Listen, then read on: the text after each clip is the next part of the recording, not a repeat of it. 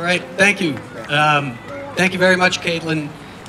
First of all, let me say this year in particular, City of Quincy is blessed with a terrific crop of candidates, not just for school committee, but councilor at large and several of the ward races. We're seeing some real democracy in action here, and it's a terrific thing, I think, for the health of the city to demonstrate the health of the city. And so I credit Caitlin and the Merrymount Association with hosting these events, and I know this is the third that they've hosted.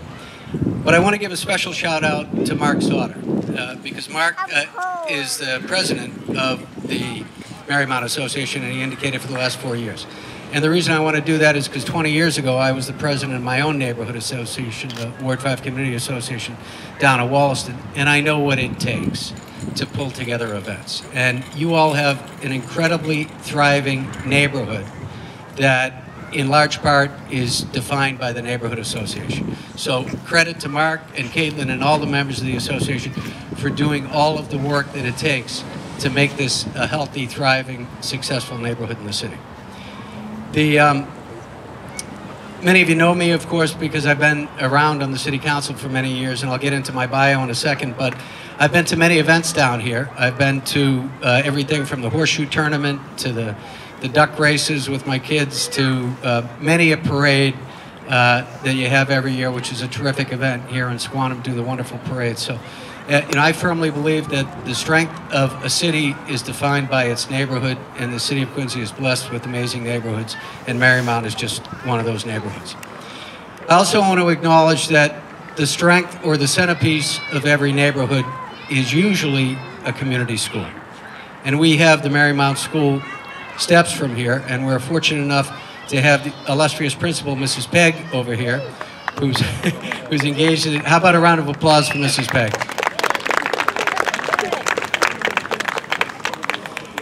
So we have 11 elementary schools, 5 middle schools, and 2 high schools, and we have a pretty talented team of administrators that run our public school system, as many of the candidates said. Mrs. Pegg is an example of that. And one of the things that I'll be dedicated to is keeping my finger on the pulse of what's happening in the neighborhood schools. And one of the first things that I did after I announced that I was running this spring was I went to the PTO meeting in Merrymount. And it's my expectation, not just in an election year, but every year, to visit each of the schools and meet with the PTOs and citywide PTO. I see Courtney Perdios is here, who's the co-chair of citywide PTO. These are the organizations that make a difference in the lives of our kids throughout the city. So what I want to do over the course of the next 10 or so minutes that I have is give you a brief bio about me, and I think many of you might know me, tell you why I'm running, and then talk about or amplify some of the issues that some of the other candidates talked about, and add a few of my own. So professionally, for the last 28 years, I work for the United States Environmental Protection Agency. I'm the Director of Public Affairs for them. It's the regional office in New England. What does that mean? That means that if there's an environmental or public health issue that's in the news, on the front page of any newspaper in New England, or on the lips of a congressman or a mayor, then I and my team are usually in the middle of it. It's a fun, gratifying job, and I love it. I am also, for the last 17 years, I've been an adjunct faculty member for Suffolk University. I teach classes in both the graduate level as well as the undergraduate level. I taught an environmental policy and administration class. I taught another course in data to policy. So I see, running in part, I see it through the lens of a teacher. In addition to that, well, let me backtrack one step. I should have done this at the outset. So I'm a product of the Quincy Public Schools system. I went to Quincy Public Schools, and I went to, it's now called the Bernazzani School. It was the Furnace Brook School when I went there. Many years ago, I went to Central Middle School, the old one, not the new one. And I'm a graduate of North Quincy High School. But I did, as David indicated, I did go to Quincy High School for 2 years as well. So, proud 1983 graduate of North Quincy High School. I went on, I got a bachelor's degree in business management from the University of Massachusetts, and then I went on and got a master's degree in public administration from Suffolk University, because my passion is in public service and public administration. And that's the career that I chose. As I said, 28 years at the federal level. I've been involved there. I've been a teacher for 17 years. Civically, I've been involved and around with the city for many, many years. It was Larry Cretion, the former Ward 3 city councilor, that started the Recycling Commission. That was the first volunteer effort that I had. I've been on countless boards and commissions in the city of Quincy.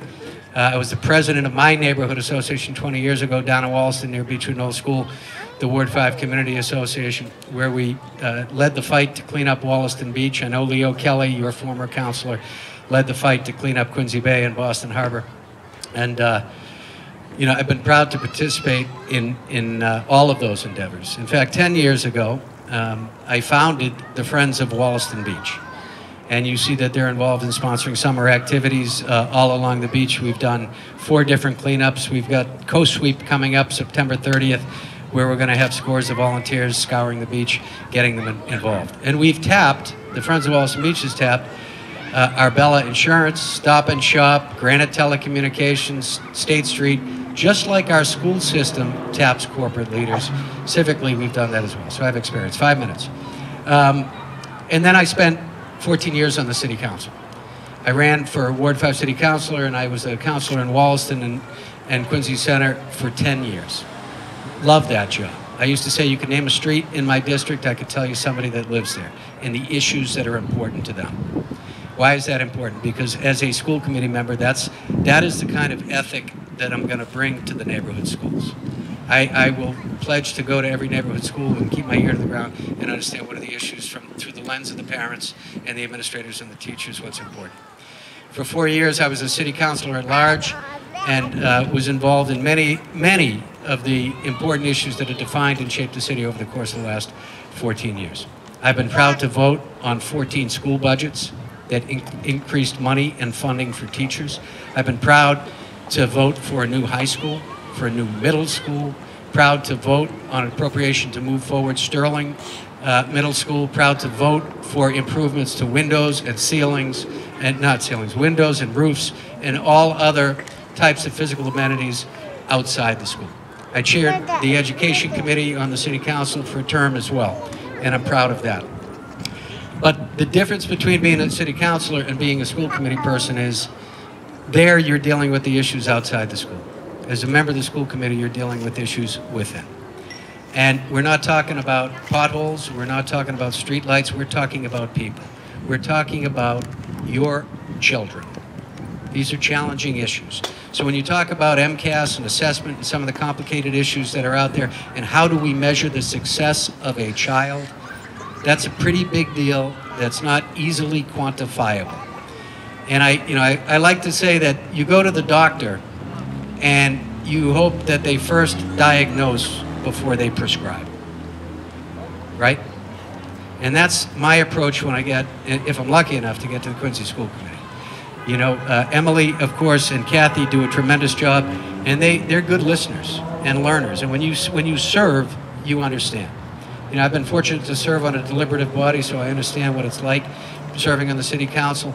You know, it's good to have a checklist of things that I want to do for the schools, but you need to be able to work on the committee and work collaboratively to get some of these things done. So why am I running? There are 2 main issues, and they're my sons Brian and Scott. I have 2 boys in the system. I see it through the lens of a parent. And one of them is attending Quincy High right now, and the other is at Central Middle School. So that's kind of a unique perspective that I have of the candidates that are running today. I'm a parent of children currently in the system.